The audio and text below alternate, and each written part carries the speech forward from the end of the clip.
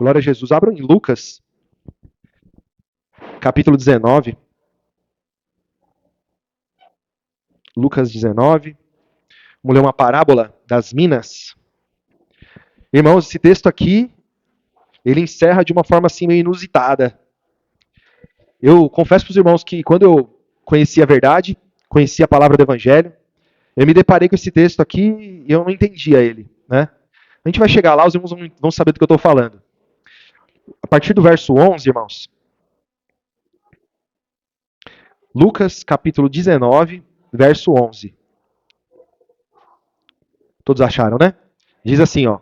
E ouvindo eles essas coisas, ele prosseguiu e contou uma parábola, porquanto estava perto de Jerusalém e cuidavam que logo se havia de manifestar o reino de Deus. Então o Senhor Jesus estava falando do reino de Deus, anunciando o reino de Deus. Irmãos, lembrando, né? O povo de Israel, eles pediram um rei. E quando eles pediram um rei, não é?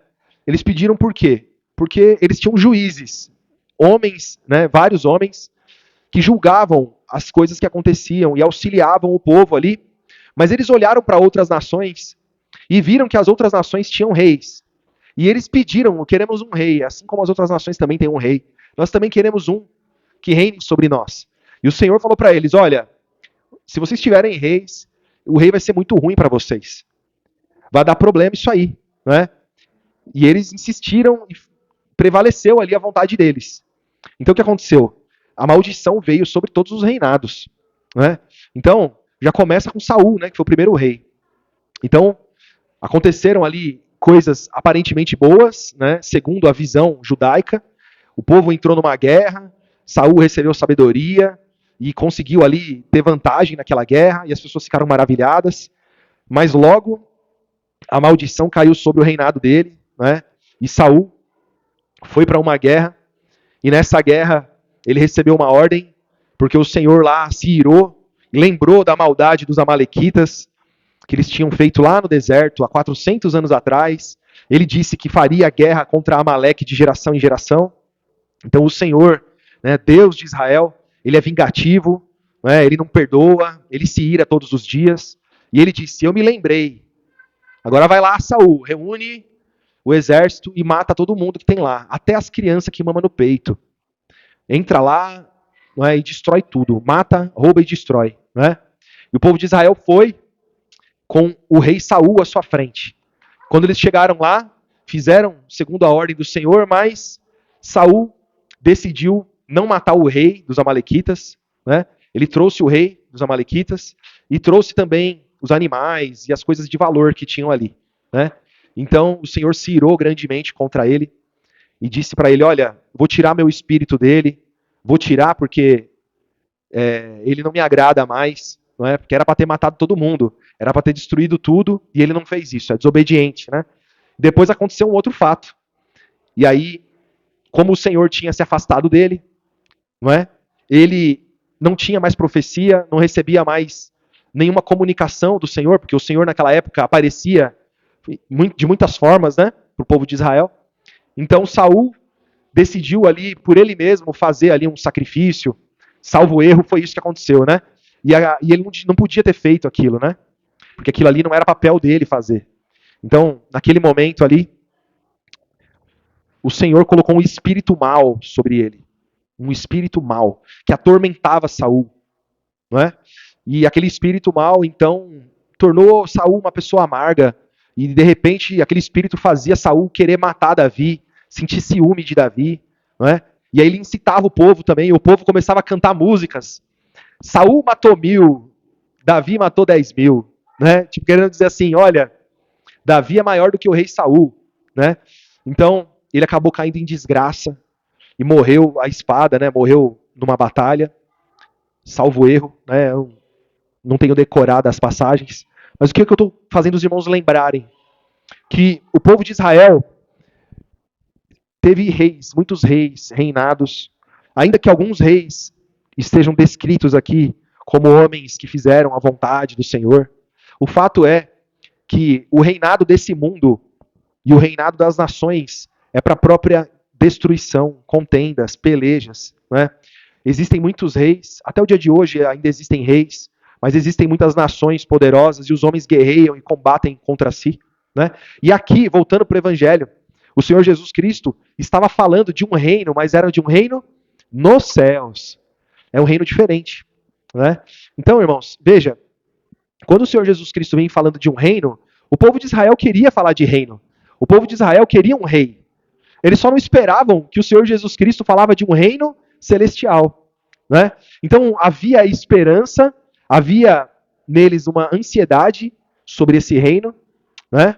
E também uma alegria muito grande, porque o Senhor Jesus falava que aqueles que criam nele nunca morreriam, entrariam nas moradas celestiais. Então pensa num reino muito maravilhoso, é o reino de Jesus. Mas para entrar nesse reino, e para herdar essa herança tão maravilhosa, nós precisamos andar segundo o Novo Testamento, uma nova aliança. Não é mais segundo o Velho Testamento. Não é mais segundo a nossa capacidade humana, os desejos da nossa carne. Para entrar no reino dos céus, nós andamos segundo o Espírito. Não é? É como o Senhor Jesus fala para aquela mulher samaritana. Né? É como o Senhor Jesus fala para aquele príncipe dos judeus, Nicodemos. Né?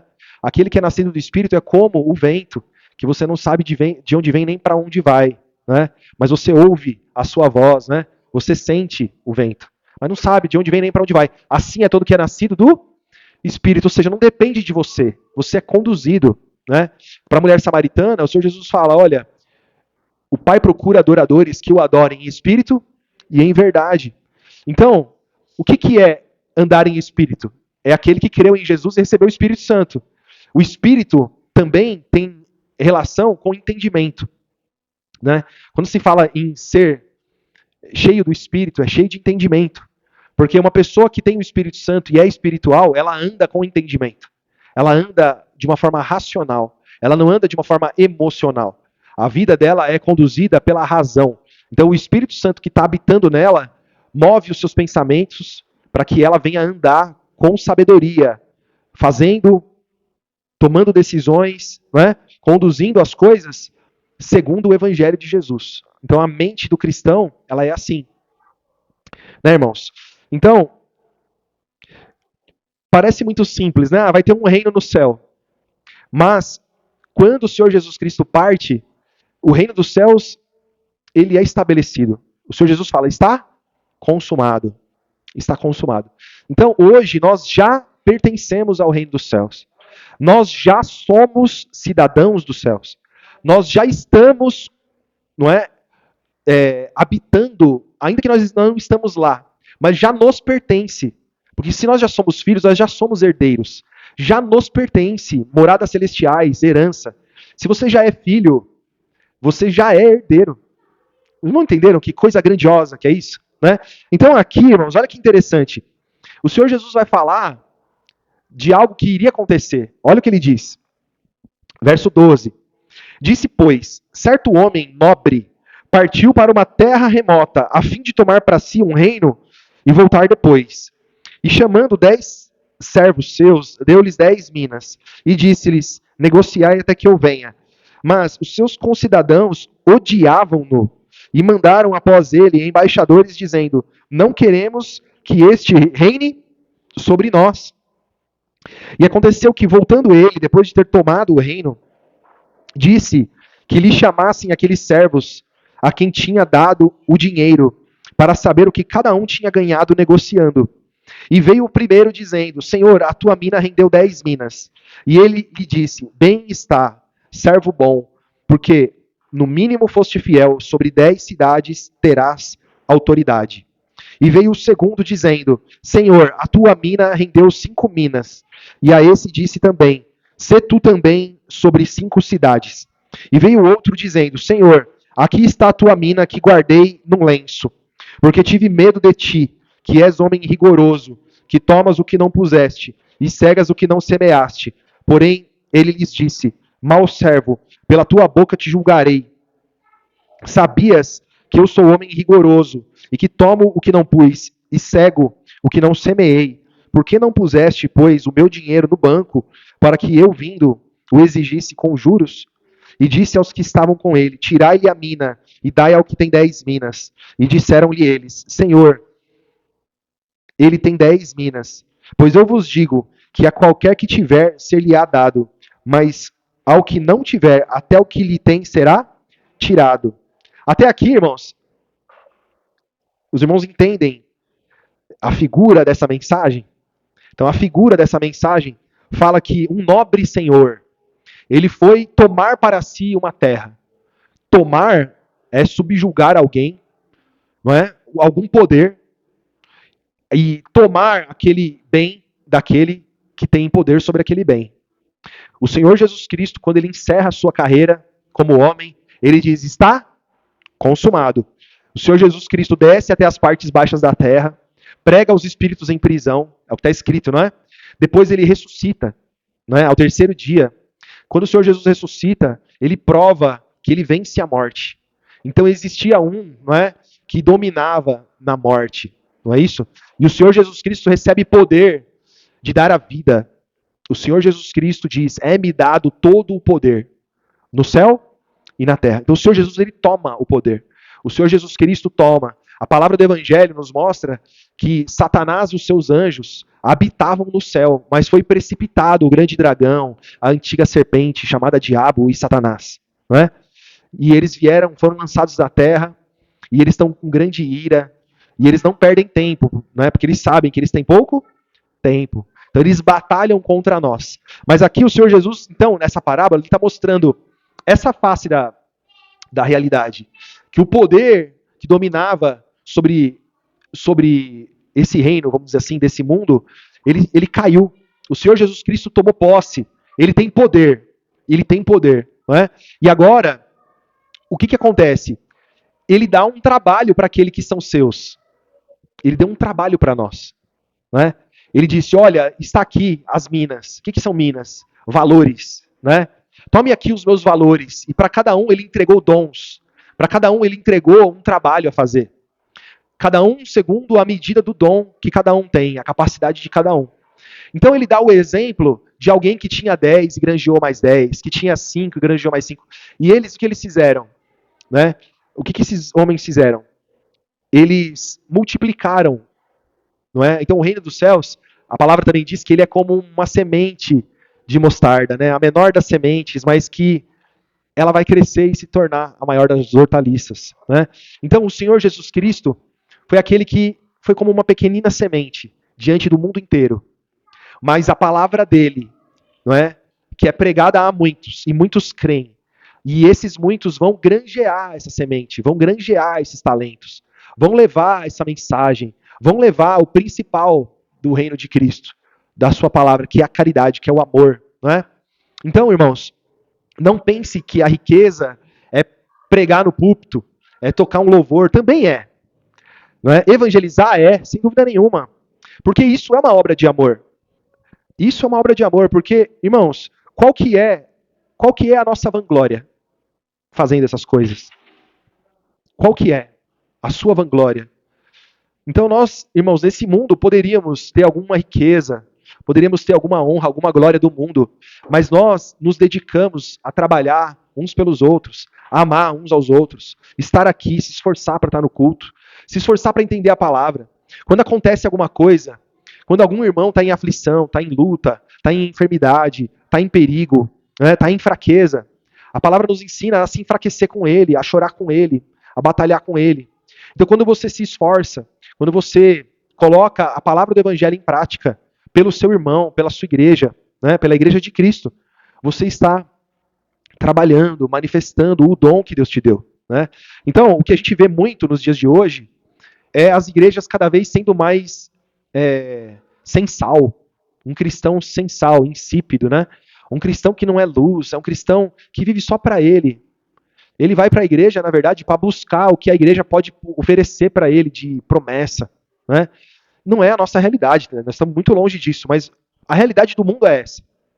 E sem você perceber, esse tipo de igreja, ele começa a querer tomar o espaço. As pessoas começam a pregar essas coisas. Hoje, as igrejas elas estão anestesiadas. Não é? O ego, o homem está no centro, é o homem que escolhe. Já se fala em reescrever, em ressignificar a Bíblia. Por quê? Porque hoje eles dizem o mundo mudou. Não é? O mundo mudou. Hoje em dia é normal. Isso é normal. Aquilo é normal. Né? Então, essa manifestação da mentira que entrou nas igrejas está fazendo com que os homens desse mundo sejam homens apagados, homens que não têm sal, não é? Então, irmãos, os irmãos estão percebendo que a palavra, ela está nos mostrando que a igreja de Jesus Cristo, ela é uma igreja que o seu povo dá fruto. O povo de Deus, ele dá fruto. Isso é uma coisa que é inevitável. O que o Senhor Jesus disse aqui? Servo bom, não é? Toma aqui. Você então vai tomar posse de, vai reinar ou vai cuidar de 10 cidades, né? Seja também tu sobre 10, seja tu sobre 5. Mas e aquele que tinha só um pouquinho? Ele se escondeu, né? Ele se escondeu. Então, irmãos, nós não podemos nos esconder. Nós temos que batalhar para fazer aquilo que estamos aprendendo. A riqueza que Deus te deu. A palavra do Evangelho é o poder de Deus para a salvação de todo aquele que crê. Então, ainda que você não entenda, você tem que buscar de Deus que Ele venha abençoar o seu entendimento, para que você venha produzir frutos para a salvação. E aonde que eu quero chegar, irmãos? Que ele diz o quê, né, no verso 26? Pois eu vos digo que a qualquer que tiver, ser-lhe-á dado, mas ao que não tiver, até o que tens lhe será. O que ele está falando? Ele está falando, aquele que tiver fruto. Aquele que tiver fruto, ser-lhe-á dado. Aquele que não tem fruto, aquilo que ele tem lhe será tirado. Então, a graça, ela é derramada sobre todos.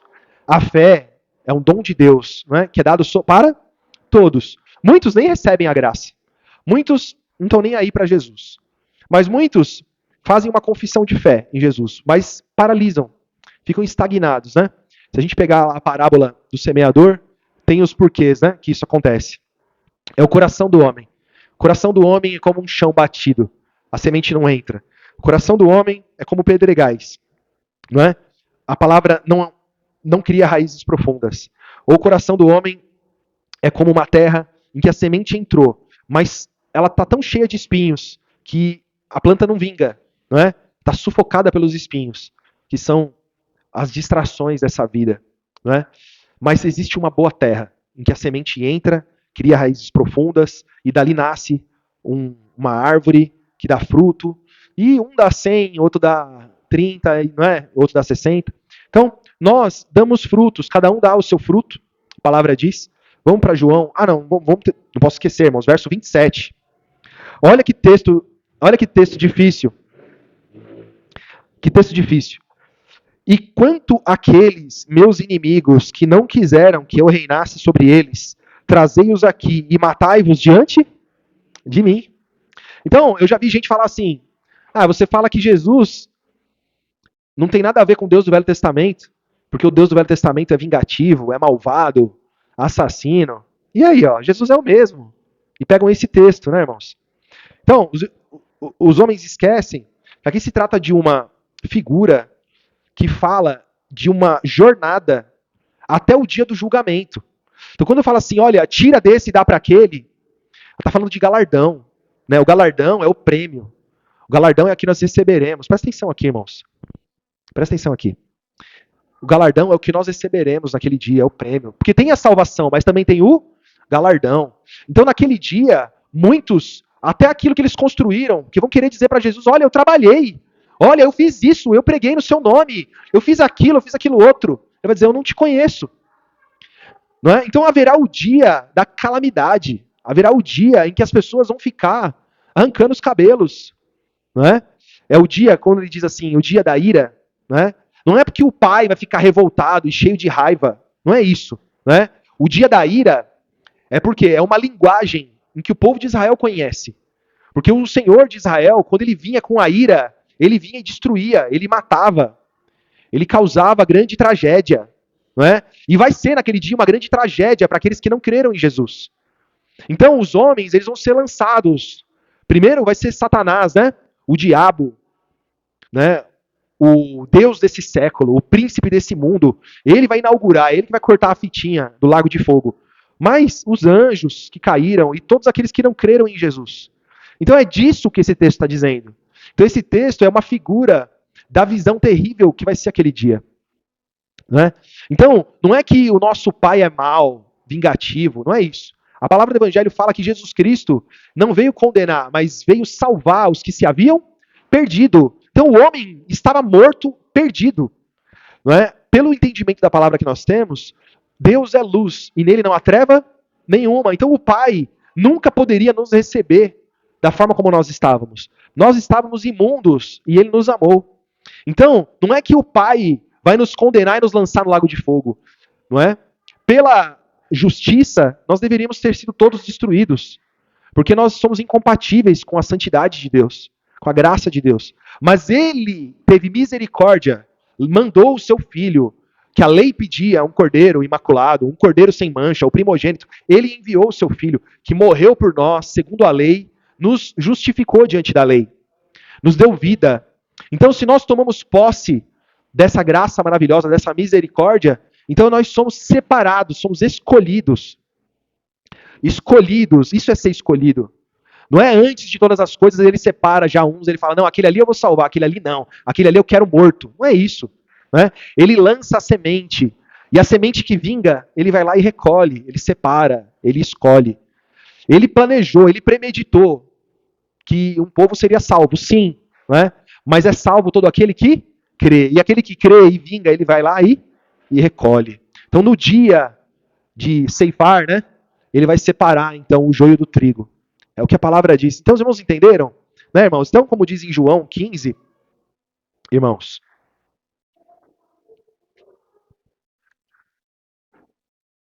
capítulo 15, verso 1.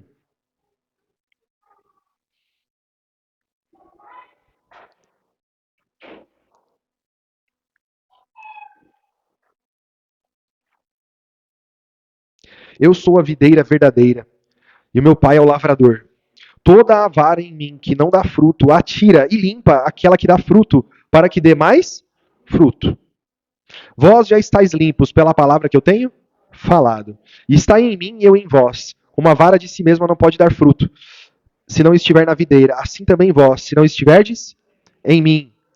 Eu sou a videira, vós as varas. Quem está em mim e eu nele, esse dá muito fruto, porque sem mim nada podeis fazer. Então, é outra figura, não é? Da videira, das varas. Então, os irmãos imaginam uma videira, né? Não precisa ser da lavoura para entender uma árvore frutífera, ela tem galhos, não é isso? Os galhos têm folhas, e é dos galhos que nascem flores, e é por causa das flores que nascem os frutos, não é isso? Não é? Não é assim que funciona? Quem estudou um pouquinho de ciências vai lembrar lá do pólen, que poliniza, tem o gineceu, tem o androceu, vocês lembram disso não? Da escola? Então, é uma figura, não é? E aí tem vara que uma folha secou, que uma folha tem um bichinho, né? Que pousou lá um inseto, colocou uma larva. E o lavrador, o que ele faz? Esse galho aqui está vivo. Esse galho aqui está dando flor. Esse galho aqui está dando fruto. Vou tirar aqui essa larva, vou arrancar aqui essa folhinha seca, né? Vou tirar aqui essa praga. Eu vou limpar, por quê? Porque está dando fruto. Agora você chega lá num galho, aquele galho seco. Você encosta nele, ele quebra, né? Quem já subiu numa árvore aí, segurou num galho seco e caiu lá de cima, né? Eu já fiz isso já, né? Caí, fiquei sem ar, bati as costas, né?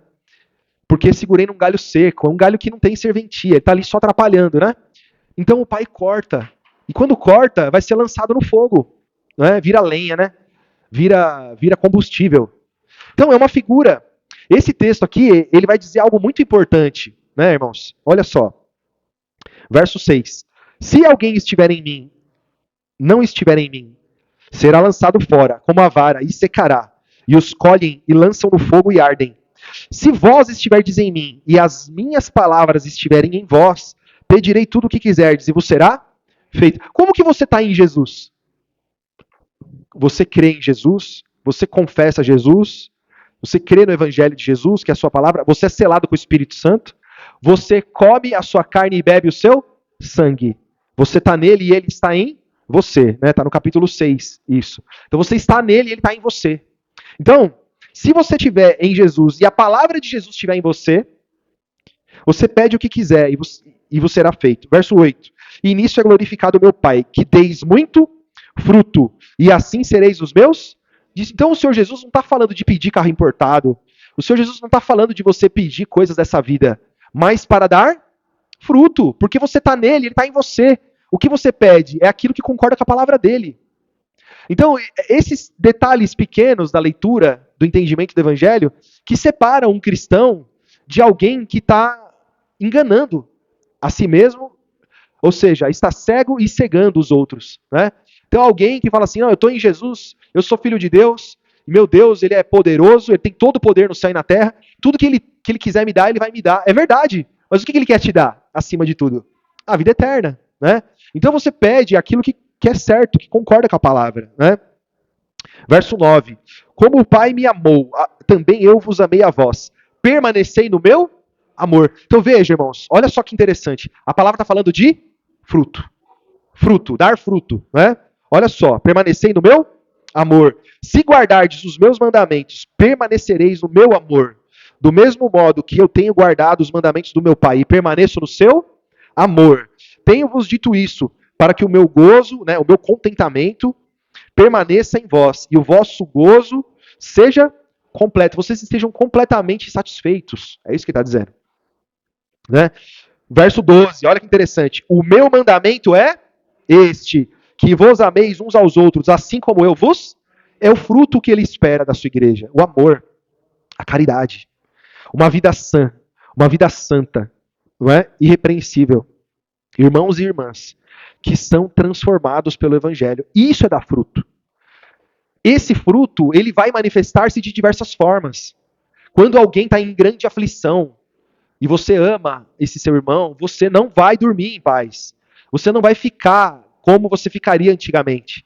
Você vai tomar para si a dor daquele irmão, o sofrimento daquele irmão, a fraqueza daquele irmão. O seu trabalho, o seu esforço, o seu cuidado é pelo amor à igreja, o cuidado da igreja, né?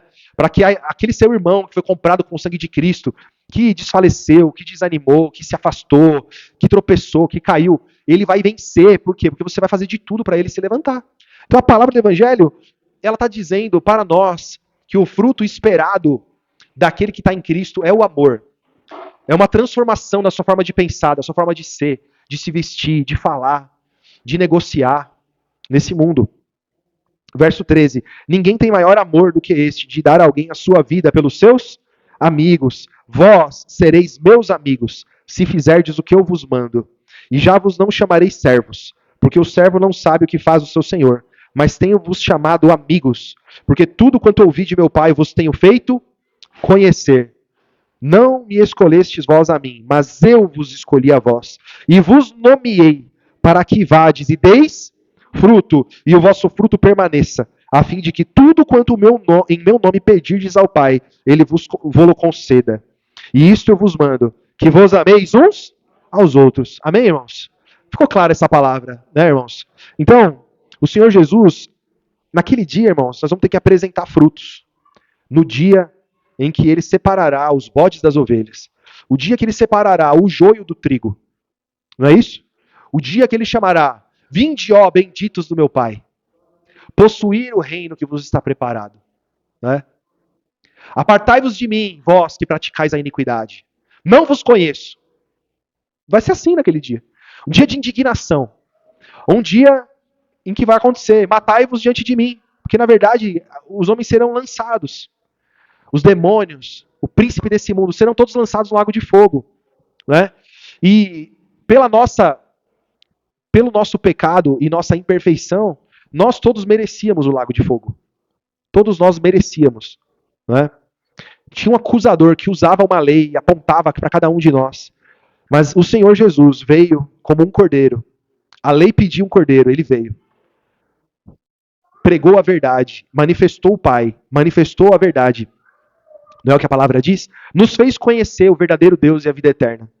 Conhecendo nós a Deus, cremos nele. Não é isso que a palavra diz? Tomamos posse do sangue de Jesus, que esse sim tem poder de tirar pecado. Não é como o sangue de touros e de bodes, como o livro de Hebreus explica.